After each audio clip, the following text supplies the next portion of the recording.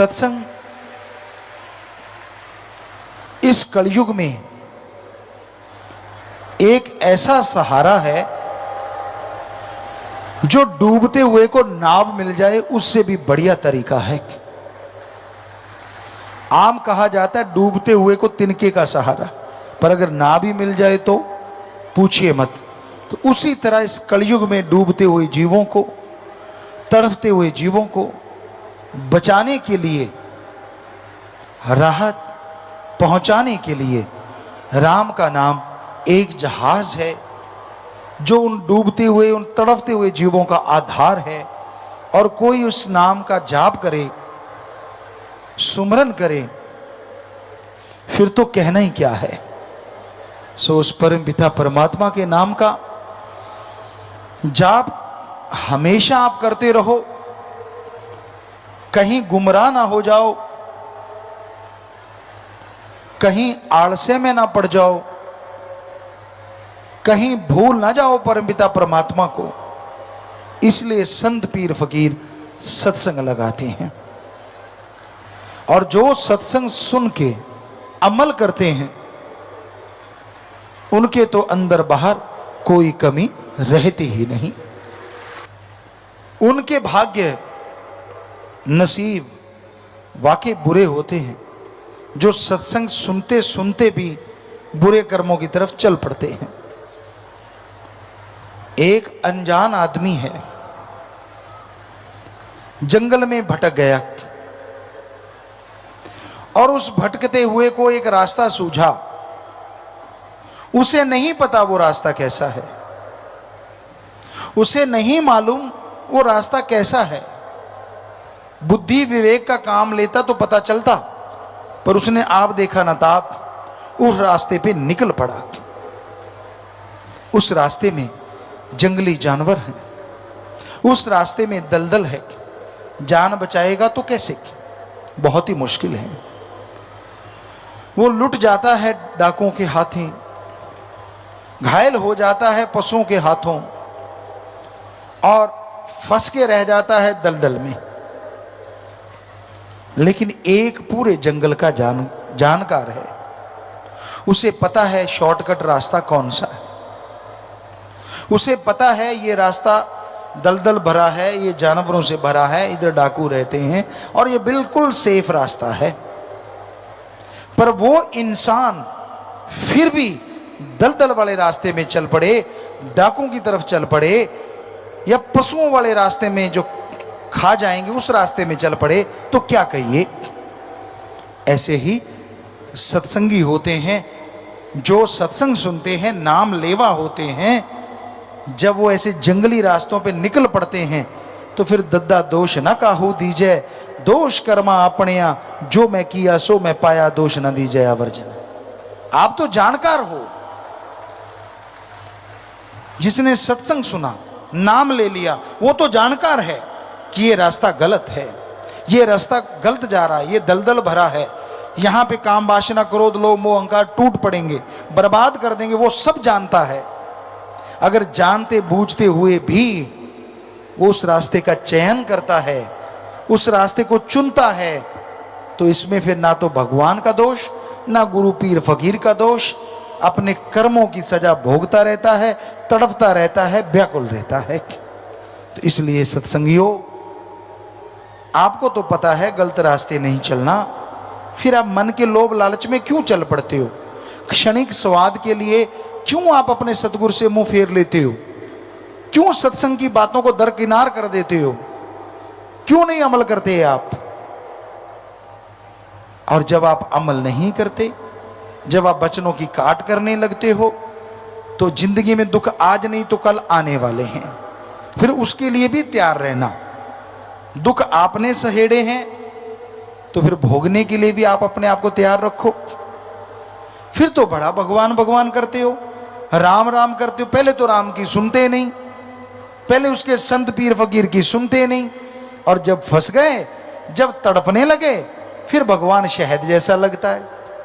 क्यों करते हो आप ऐसा? मन की वजह से। जवानी तो गधे पे भी आती है, आपके कोई अलग नहीं आई, उस पे भी आती है। आपकी जवानी कैसी? वो जवानी जो सतगुरु के लेखे लगे, अरे वो जवानी जो समाज के भले कामों के लेखे लगे, अरे वो जवानी जो भक्ति इबादत में पल पल गुजारे, उस जवानी के बराबर दुनिया में तीनों लोकों में कोई नहीं होता। उसकी भक्ति अव्वल दर्जे की मंजूर होती है। या कोई बचपन में लग जाए और आखिर तक निभा दे, उसकी अव्वल दर्जे की होती है। पर यहां तो जब दोहरा मापदंड अपना लेते हैं लोग, अपने सतगुरु को, अपने राम को मूर्ख बनाना उनकी आदत बन जाती है। ये दिखाना कि मैं भक्त भी हूं और काम वो करना जो संत पीर फकीर रोकते हैं। तो फिर दुखों के पहाड़ को बुलाने से कोई रोक नहीं सकेगा। फिर तड़पोगे, फिर रोओगे, तब आप होगे और आपके दुख होंगे। कैसे कोई बचाएगा? गुरु को मानते हो पर गुरु की नहीं मानते, ये खतरनाक है, ये डेंजर है। जब आपको समझी आ गई कि रास्ते दलदल से भरे हैं, जब आपको समझी आ गई कि जंगली जानवर आप पे अटैक करने को तैयार बैठे हैं, तो राम नाम का शॉर्टकट क्यों नहीं अपनाते? क्यों काम वासना क्रोध लोभ मोह अहंकार मन माया को, उन जंगली जानवरों को अपने पे टूटने का मौका देते हो? क्यों? जोश जवानी का। परम पिताजी ने एक भजन बनाया है और वो ध्यान दें, जवान नौजवान जो बिगड़ जाते हैं, जो मानते नहीं, सतगुरु की भी रखते हैं लात, दूसरी तरफ भी रखते हैं, गलत कर्म भी करते हैं। गधा 25 उम्रा जोर जवानी का, कि जब 25 साल तक की उम्र जो है ना, दुलत्ते झाड़ने वाली है। किसी को रोक दो आप, माँ बाप भी रोक दें तो उनका दुश्मन बन जाता है। मुझे रोका तो कैसे रोका, मैं मर्जी का मालिक, मैं करूं सो करूं। यानी गधे की तरह दुलत्तियां झाड़ता है। संत पीर फकीर समझाएं, अगर उसकी मन की बात कहते रहे, हाँ जी हाँ जी हाँ जी हाँ जी हाँ जी हाँ जी हाँ, फिर तो बड़ा खुश। और आज हम जो थोड़ी करारी बातें सुना रहे हैं तो थोड़ा रूठेगा भी, हमें कहते रहते पिताजी तो, और तेरे बाप को कहें भाई, और गड़बड़ तू कर रहा है तो तेरे को ही कहेंगे ना, तेरा बाप करेगा तो उसको भी कहेंगे। तो हमें तो आपके चौकीदार जो हुए, आपकी निगाह जो रख रहे हैं कि मत करो बुरे कर्म, और हमें दिख भी रहा है कि करोगे तो फिर भरोगे, फिर चिल्लाओगे, फिर रोओगे कि मेरे साथ ऐसा क्यों हो रहा है। आजकल क्या बच्चा, क्या बूढ़ा, क्या जवान, सब काम वासना क्रोध लोभ मोह अहंकार मन माया की गिरफ्त में है। बचा हुआ वही है जिसने सच्चा इश्क उस वाहिगुरु से, सतगुरु मौला से किया हुआ है। वो चाहे बच्चा है, जवान है, बूढ़ा है, वो ही बचा है। वरना इस कलयुग में मस्ताना जी महाराज के वचन कि यार सतगुरु का आशिक तो कोई कोई है, सब माया के यार हैं। तो हम ये कहते हैं उस सतगुरु की कृपा से ही कि आज बहुत से सतगुरु के भी यार हैं, बहुत बच गए उनके रहमो करम से, उन्हीं की कृपा से। खाने को घी दूध मेवे मिठाइयाँ खनिज लवण विटामिन्स मिले तो कोई गंदगी के ढेर पे चोंच क्यों मारेगा बताइए? नहीं मारता ना। अब दूध पड़ा है, मेवे है, पनीर है, मिठाइयाँ हैं, हर तरह की सब्जियां हैं, जो आपको पसंद वो सारा सजा हुआ है, लड्डू जलेबियां जो भी आपको अच्छी लगती हैं, उसको छोड़ के क्या आप कूड़ा करकट खाओगे? सवाल ही पैदा नहीं होता जी। आप तो उनमें से भी चुन के वो खाओगे जो सबसे स्वाद आपको लगता है। पर हम देख रहे हैं कुछ कुछ बच्चे ऐसा भी करते हैं कि सारा कुछ छोड़ चढ़ा के गंदगी के ढेर में चोंच मारते ही मारते हैं, मानते नहीं। वो उनके घेर अड़ा हुआ है मन का। जवानी उनको लगता है हमारे पे आई है और किसी पे तो आई ही नहीं, पहले वाले तो ऐसे बूढ़े हो गए, सीधे ही बूढ़े जन्मे थे बूढ़े ही हो गए। अरे उम्र का तजुर्बा होता है, गुरु से सीखो तो बचपन में भी बुढ़ापे जितनी शिक्षा सीख लेता है आदमी, वरना उम्र के साथ साथ शिक्षा आती है जैसे जैसे उम्र बीतती है। इसलिए नादानियां छोड़ दो, बुरे कर्म छोड़ दो, इनमें कुछ नहीं रखा, और गुरु पीर फकीर के वचनों से नाता जोड़ लो, क्योंकि अगर उस सतगुरु मौला से नाता जोड़ के रखोगे तो ही खुशियां हैं, वरना भाई फिर चारपाई तो कहीं गई ही नहीं। हमारा काम समझाना है। आपको बुरा लगे तो भी कोई बात नहीं, आपको अच्छा लगे तो भी कोई बात नहीं, क्योंकि एक टीचर जो है वो तनख्वाह लेता है, वो पढ़ाता है। कई नहीं भी पढ़ाते, गपशप मार के भी आ जाते हैं, लेकिन अगर टीचर पढ़ाता है तो उसका काम तो हो गया। बच्चे फॉलो कितना करते हैं वो एक अलग बात है।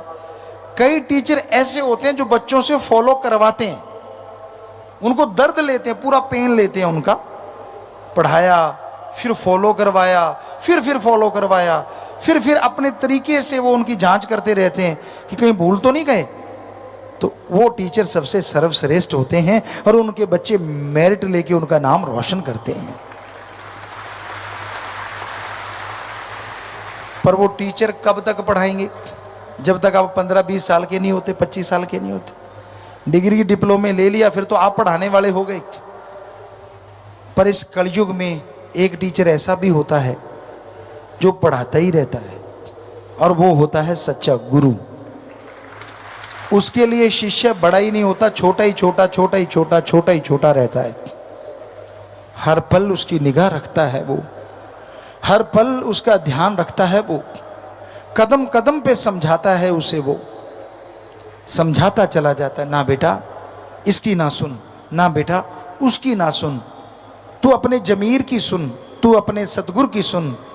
सतगुरु और जमीर की सुनेगा तो तेरी तकदीर बनेगी, दुनिया की सुनेगा तो बनी हुई तकदीर का बेड़ा गर्क हो जाएगा। मन हावी होता है, किस पे नहीं होता? आदमी तो आदमी है, लेकिन सतगुरु की जो मान ले वो भी भाग्यशाली होता है, वो भी भागों वाला होता है। जो मान के अमल कर लेता है, चाहे कुछ भी क्यों ना हो, फिर भी मालिक उस पे रहमो करम बरसाता रहता है। तो इसलिए मौसम बदले ना बदले, उसमें ठंडक आए ना आए, हे भक्तजनों, हे प्रेमियों, हे मालिक के प्यारों, अगर सतगुरु पीर फकीर पे दृढ़ यकीन रखोगे, नाम का सुमरन करोगे, सेवा करते रहोगे, परहित परमार्थ में तन मन धन से लगे रहोगे, तो यकीनन यकीनन आपके तो मौसम बहार ही रहेगा, यहां भी और अगले जहान में भी। किसी के पतझड़ आए तो आए, क्या करें, उसके कर्म। पर जिसने दृढ़ यकीन कर लिया, दृढ़ विश्वास रखा, उसके कभी पतझड़ नहीं आता, उसके तो बहारें ही छाई रहती हैं। देखने वाले बल्कि हैरान होते रहते हैं, यार कल ये ऐसा था, आज ऐसा होगा, यार ये कहां से कहां पहुंच गया, कैसे? पर कावां दे आके टगे नहीं मरदे। अगर वो आपकी निंदा करते हैं, आपसे जलते हैं, तो आप मत जलो, आप मत निंदा करो। उनके जलने से, उनकी निंदा करने से आपके और कर्म कट जाएंगे और आप माला माल होते चले जाओगे। कोई नजर नुजर नहीं लगती सत्संगियों को, ना बुरी नजर लगे ना अच्छी। मालिक की अच्छी नजरी सदैव उन पे बिछाई रहती है। ना उन्हें दुख आता है ना सुख। आप सोचेंगे दुख सुख ही नहीं आता तो क्या फायदा, सुख तो आना चाहिए। नहीं, उन्हें परमानंदी रहता है। सुख का पता तब लगता है जब दुख आए। आप में से सारे साथ संगत बैठी है, जब नजला जुकाम लग जाता है, बेहद ज्यादा पानी बह रहा है, सिर दर्द है, कोई अच्छा नहीं लगता, खाना भी फीका फीका, सब कुछ अजीबोगरीब, ये है दुख। और फिर जब आप बिल्कुल ठीक हो जाते हैं तब पता लगता है हाँ आराम आ गया, तो वो है सुख। यानी अगर जुकाम लगा तभी पता चला ना सुख क्या है, वरना तो दुख का पता ही नहीं। तो इसलिए सत्संगी जो होते हैं, मालिक से प्यार करते हैं, सुख दुख नहीं आता, वहां तो परमानंद ही रहता है, तमीज ही नहीं रहती, खुशियां ही खुशियां, खुशियां ही खुशियां। यही सचखंड है, यही निज धाम में होता है। पर दृढ़ यकीन चाहिए, सेवा सुमरण चाहिए, जितना का कर सको। और सत्संग सुनो, क्योंकि सत्संग सुने बिना आदमी काबू में नहीं रहता, उसका मन काबू नहीं रहता, इंद्रियां काबू नहीं रहती।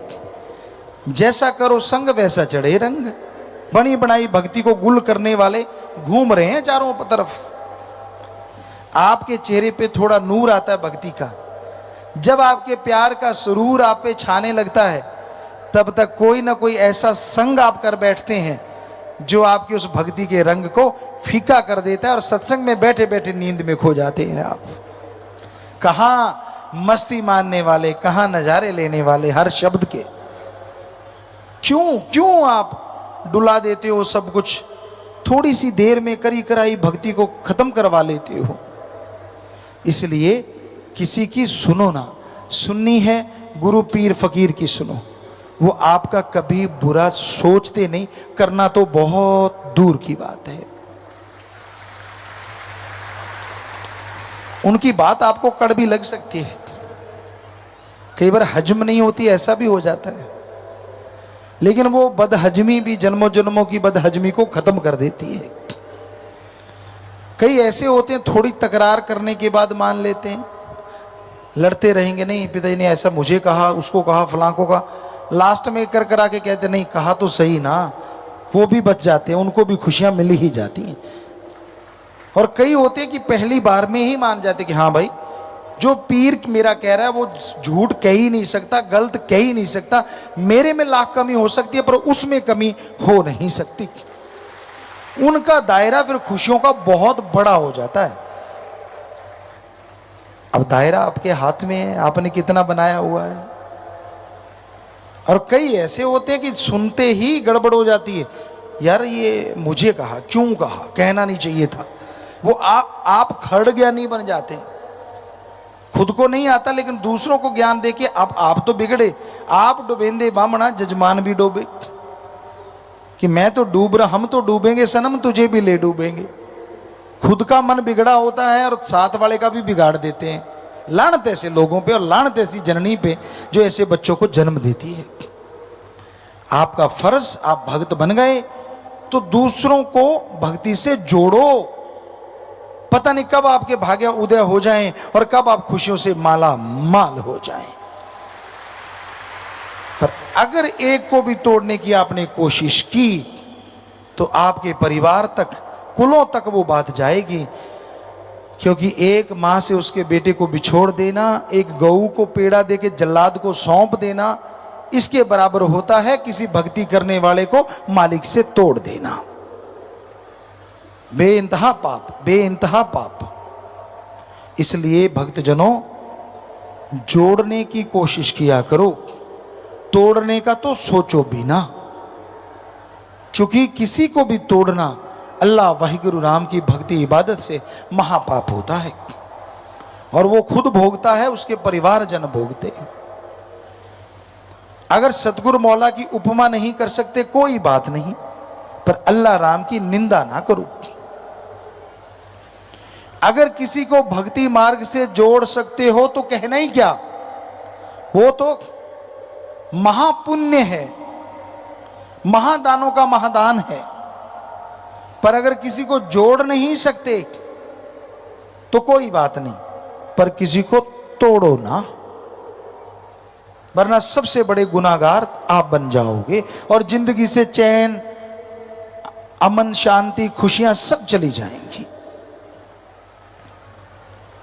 इसलिए हम गुजारिश करते हैं, आप भक्ति इबादत से मन जोड़ के रखा करो, मन से लड़ा करो। जब भी मन आप पे हावी हो उस पे लानत डाला करो। रख वर्ज जरा इना अखियां नू, बिना सतगुरु दूजा तकना नहीं।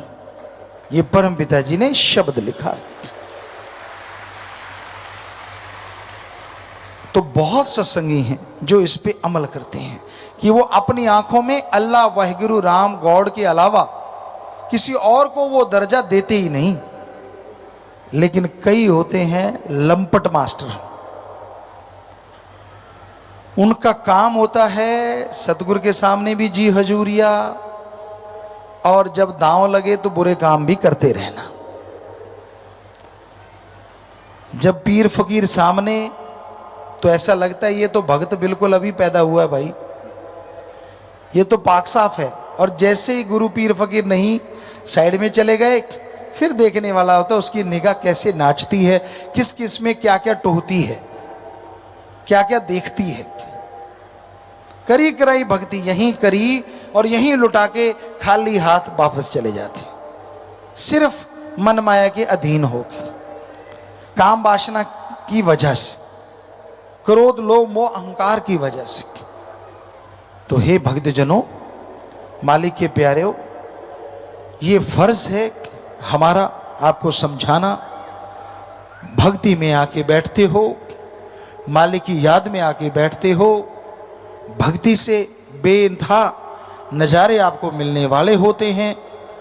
पर सत्संग समाप्त होते ही गलत भावना, गलत निगाह, गलत सोच, गलत फोन, गलत चीजें करनी शुरू ना कर दिया करो, वरना यहीं भक्ति करी और यहीं बर्बाद करके आप चले जाते हो। क्यों? अरे ये भक्ति पहले जब लोग करते थे, जो आपको घंटे डेढ़ घंटे में नसीब हो जाती है, उनको 100 साल में नसीब होती थी, सैकड़ों साल लग जाते थे। पर उनके गवाने में टाइम लगता था, आपके गवाने में टाइम नहीं। अगर 100 साल की, सैकड़ों साल की भक्ति 1.5 घंटे में बन सकती है, तो फिर गवाने में भी कलयुग की स्पीड तेज है। 5 मिनट में इसे आप गवा भी सकते हैं। इसलिए आपसे गुजारिश, हाँ आपके अंदर बुरे विचार आ गए, बुरी सोच आ गई, गलत भावना आ गई, कुछ नहीं होता, 5 मिनट सिमरण करो, ठीक हो गए। लेकिन उन विचारों पे अगर अमल कर लिया, अगर आपने वैसा कर्म कर लिया, बुरा गुनाह कर लिया, तो फिर भक्ति गई सब सवा राख हो गई। क्यों करते हो आप ऐसा? यही आज हमारे दिलो दिमाग में सतगुरु ने ख्याल दिया कि अपने उन बच्चों को संभालें जो पता नहीं कब से भक्ति से जुड़े हुए हैं। जरा सा अहंकार, जरा सा घमंड, जरा सा काम करके आप फूले नहीं समाते। अल्लाह वाहिगुरु का देखो यार, इस धरती पे अगर बात करें, ऐसी सैकड़ों धरतियां हैं, इस धरती पे देखें फूल, पत्तियां, वनस्पति, अरबों तो उसने डिजाइन बनाए हैं, अरबों उसने खुशबू भरी है, और करोड़ों तरह के उसने मिट्टी को रंग दिया है, पानी को जगह जगह बांध दिया है। आप अरबों में हो और हर के हाथों की अलग अलग लाइनें बना दी उसने, है ना कमाल? पर उसने कभी आपने देखा भगवान को घमंड करते कि देखो मैंने भाई इतने प्रकृति बनाई है, मैंने सैकड़ों धरतियां बनाई हैं, एक दो सके भाइयों के हाथ के निशान आपस में नहीं मिलते, देखो मैंने क्या डिजाइन बनाया है ना कमाल?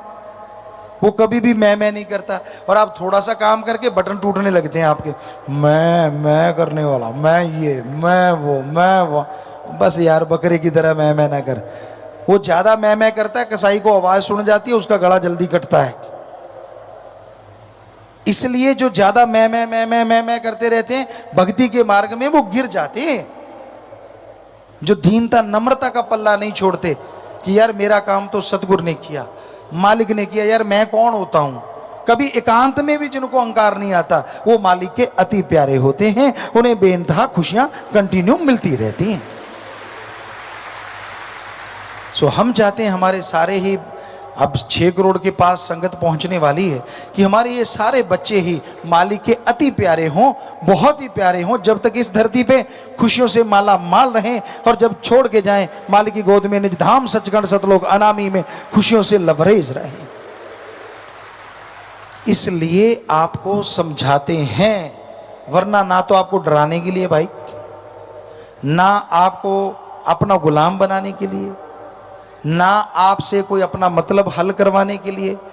हमारा तो एक ही ध्यान रहता है कि हमारी ये औलाद, परमपिता परमात्मा की औलाद, हमेशा हमेशा खुशी रहे। जैसे पुराने बुजुर्ग कहते सदा सुहागन रहे, तो हम भी चाहते हैं कि हमारी ये औलाद अपने परम पिता ओम हरि अल्लाह वाहिगुरु राम की सदा सुहागन रहे, सदा उससे लिव जोड़ के रखे, सदा उससे खुशियां ले।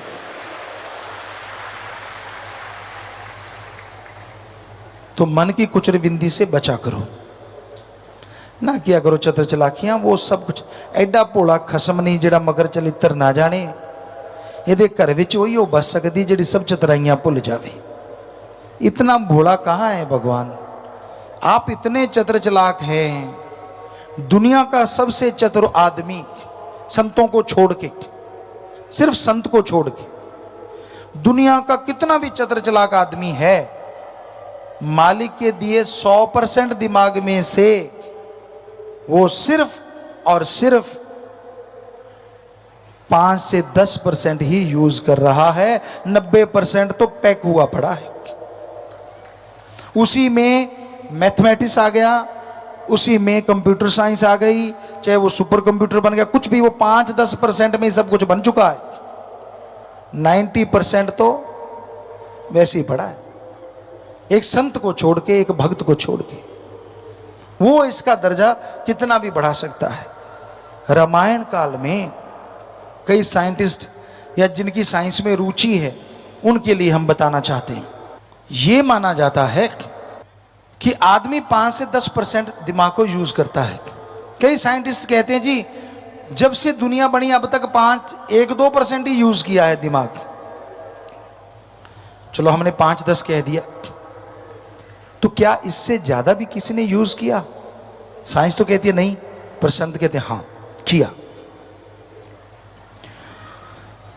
रामायण काल में राम ने तो कितना यूज किया वो तो कहने क्या है, वो तो अवतार थे।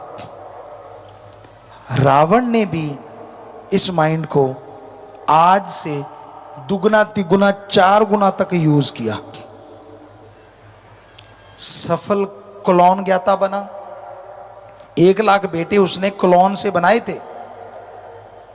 साइंस की बात करें, चंद्रमा की रोशनी से भोजन बनाना, सूरज की से तो अब बनाते हैं, आज भी बना लेते हैं। जब चाहे बरसात करवा लेना, चाहे तो दिन को रात बना देना और रात में दिन जैसा उजाला पैदा कर देना, ये उसके लिए बाएं हाथ का काम था। सोच के देखो तब दिमाग का कितना इस्तेमाल किया होगा। वो ऑलराउंडर टाइप था। चारों वेदों के टीका टिप्पणी उनको पढ़ के उसको पंडित कहा जाता था। रावण पंडित, सफल राजनीतिज्ञ था, जबरदस्त था। तो उस जमाने में जहाज थे उसके पास, जहाज, रॉकेट जो चंद्रमा पे चला जाता था, कहीं भी पहुंच जाता था वो। और हैरानी ये है कि उसके जहाज और उसके रॉकेट साउंडलेस थे, आवाज नहीं आती थी उनमें, धुआं नहीं निकलता था। है ना कमाल? फिर तो मानेंगे ना आप कि उन्होंने उसका दिमाग आज से 3-4 गुना ज्यादा, यानी 30-40% उसने अपने दिमाग का इस्तेमाल किया था और उसमें इतना कुछ बना दिया उसने। कोई 100% कर ले फिर तो आप तो सोच ही नहीं सकते। ये तो कोई संत पीर पैगंबर ऋषि मुनि अवतार ही ऐसा करता है। पर आप रावण से तो ज्यादा कर ही सकते हैं ना, वो भी तो इंसान था। पर आप तो खोए हुए हैं जीवा के स्वाद में, इंद्रियों के भोग विलास के स्वाद में। खा लिया पी लिया, सुबह जाके बोतल उठाई, काम खत्म। सारे दिन का रिजल्ट सुबह निकाल के खत्म, फिर से भरना शुरू, अगले दिन फिर खत्म। यहां तक सीमित है। पैसे के लिए ठगी, बेईमानी, भ्रष्टाचार, लोभ लालच, ये खोपड़ा पैसों में ही घूमता रहता है। ऐसे कमा लूं, ऐसे कमा लूं, उसकी जेब काटूं, इसकी काटूं। या ये दिमाग में चलता है काम वासना। किसी ने कह दिया तू बड़ा सुंदर है, तो ऐसे लगता है शीशे में जाके उसको लगता है मेरा रंग रूप ही बदल गया हो। देख लो, आप सोच के देखो, कभी ना कभी आपके साथ बीती होगी कि किसी ने कह दिया वाह यार कमाल लग रहे हो, शीशे में जाके देखा हाँ यार वाकई, मतलब शीशा नहीं बदला, आपका दिमाग बदल गया। शीशा तो थोड़ा सही दिखा रहा है, पर आपको दिख वो रहा है जो आपके माइंड में बैठ गया। मन दिखाता हाँ। 2-4 दिन के बाद जब उसकी मूंग सी उतरती है, देखते यार वही धोबड़ा सेम, कोई फर्क ही नहीं पड़ा। तो ये आप तो इसी में खोए हुए हो। वहां तक पहुंचने के लिए तो साधना करनी पड़ती है भाई। सुमरन करो, अपने मन को साधो, आत्मा को साधो, फिर जाके वो अव्वल दर्जा मिलता है। फिर आपका दिमाग बढ़ता चला जाता है और आपकी खुशियां और संसारिक ज्ञान जिससे सबका भला हो बढ़ता ही चला जाता है। तो इस भ्रम में कोई मत रहे कि उनका दिमाग ज्यादा चलता है। आप 5-10% में ही सीमित हो, इससे ज्यादा नहीं। हाँ, ज्यादा आपका चलता है ठगी, बेईमानी, बुरे कर्म करने में, जो आप पता नहीं चलने देते। सबके बीच में रहते हो, कब दांव चला जाते हो किसी को पता ही नहीं चलता। तब आप अपने आप को खोजते हैं, क्या है ना कमाल। अजीब सी आपकी भाषा होती है, अजीब से आपका फेस होता है, राक्षसी भावना होती है आपकी। क्यों? मेरे जितना कौन होशियार, मैंने तो पता ही नहीं चलने दिया। और आपके मन में गुरु लड्डू फूट रहे होते हैं और आप भूल जाते हैं आप गुनाह कर रहे हैं, बुरे कर्म कर रहे हैं। इससे कोई खुशी खाशी नहीं मिल रही, बल्कि बर्बादी की तरफ जा रहे हैं आप। तो भाई, अपने अंदर की बुरी सोच को अगर छोड़ना है, सुमरन करो और उन सोचों पे अमल ना करो। सोचें आ गई कोई बात नहीं, चलते रहते हैं विचार, सिमरन कर लो 5 मिनट भी। 5 मिनट तो बहुत ही कम है ना टाइम, उसी में आपका सारा ठीक हो जाएगा और आपके पाप गुनाह धुल जाएंगे, जो सोच के हैं, जो विचारों के हैं। तो इसलिए सत्संग में आना जरूरी है। सत्संग में जब आओगे तो नई नई चीजें, नई नई खुशियां लेके जाओगे और उन खुशियों से ही आप अपने जीवन मार्ग को और अच्छा बना पाओगे। एक अच्छी सी संतुष्टि दिल में हो, आत्मा खिली हो, सतगुरु के काम में आप दिन रात बिजी हो, यानी उस राम के काम में, तो फिर वो राम आपके कामों में बिजी रहेगा हर टाइम।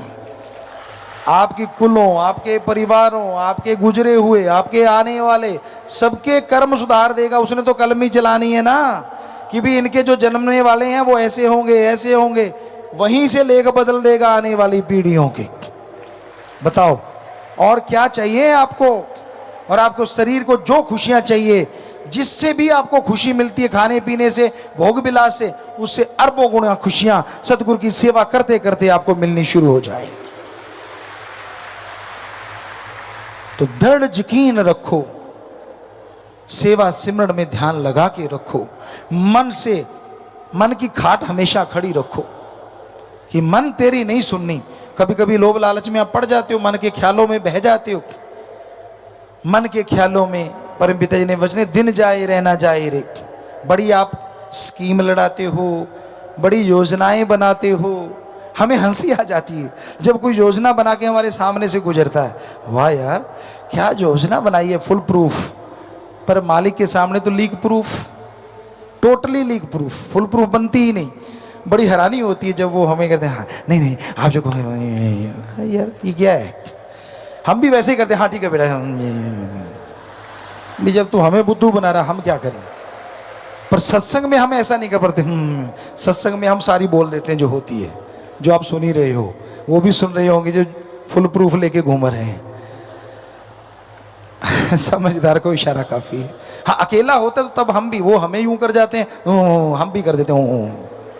हम क्या करें? जो हमारे सामने आके फिर पूरा ऊं करते हैं तो फिर हम भी पूरा ऊं ही करवाते हैं मालिक से कि जब इसने सब तौबा ही कर दी, घुटना ही टेक दिया, तो मालिक इस घुटने को मजबूत कर दे, सारी दुनिया में ये खुशियां लेके उड़ता फिरे, माला माल होता फिरे। तो ये तो बेटा जैसा आपकी भावना, ऐसे तो नहीं कहा राम जरो के बैठ के सबका मुजरा ले, जैसी जिसकी भावना तैसा ही फल दे। तो भक्तजनों, नेक विचार रखा करो, भले विचार रखा करो, सच बोलो। भागों वाला है वो इंसान जिसको पीर फकीर के सामने अपनी बात रखने का मौका मिलता है, अपने गुनाह कबूल करने का मौका मिलता है। इससे भाग्यशाली वो हो नहीं सकता। फिर भी अगर भाग्य का फायदा नहीं उठाया तो निर्भागी तो वो बनेगा ही। अपने अभाग्यशाली समय में वो जिएगा ही। भाग्यशाली है अगर वो तुरंत अपने आप को साफ करवा ले, अपने गुनाह माफ करवा ले, तो उस जैसा सुखी फिर इंसान दूसरा कोई हो नहीं सकता।